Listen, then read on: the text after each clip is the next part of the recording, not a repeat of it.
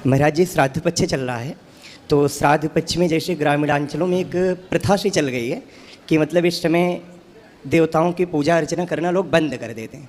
तो जैसे ये पितृ प्रधान तो पूजा है, पर देवताओं की भी तो पूजा करनी चाहिए ना। पितृ भी अपने आप में देवता ही हैं जी। तो पितृ देवताओं की भी पूजा होती है। इसलिए जब पिंडदान होता है तो पिंडदान में भगवान का भी पिंडदान होता है, तो उसमें भगवान की पूजा तो होती है जी। संकल्प होगा तो विष्णु विष्णु विष्णु तो बोला ही जाएगा। तो भगवान की पूजा किसी भी काल परिस्थिति में किसी भी समय बंद नहीं करनी चाहिए, बंद नहीं की जानी चाहिए। पितृपक्ष श्राद्ध पक्ष में और पूजा करना चाहिए। इस पक्ष में किया गया अनुष्ठान, पूजा, जप, तप, वो सारा पुण्य पितरों को मिलता है और उनकी सदगति होती है।